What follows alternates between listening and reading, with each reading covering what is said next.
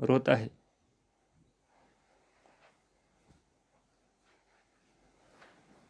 لیکن بڑھاپے میں رونے پچھتانے سے گیا ہوا زمانہ واپس نہیں آتا ہے۔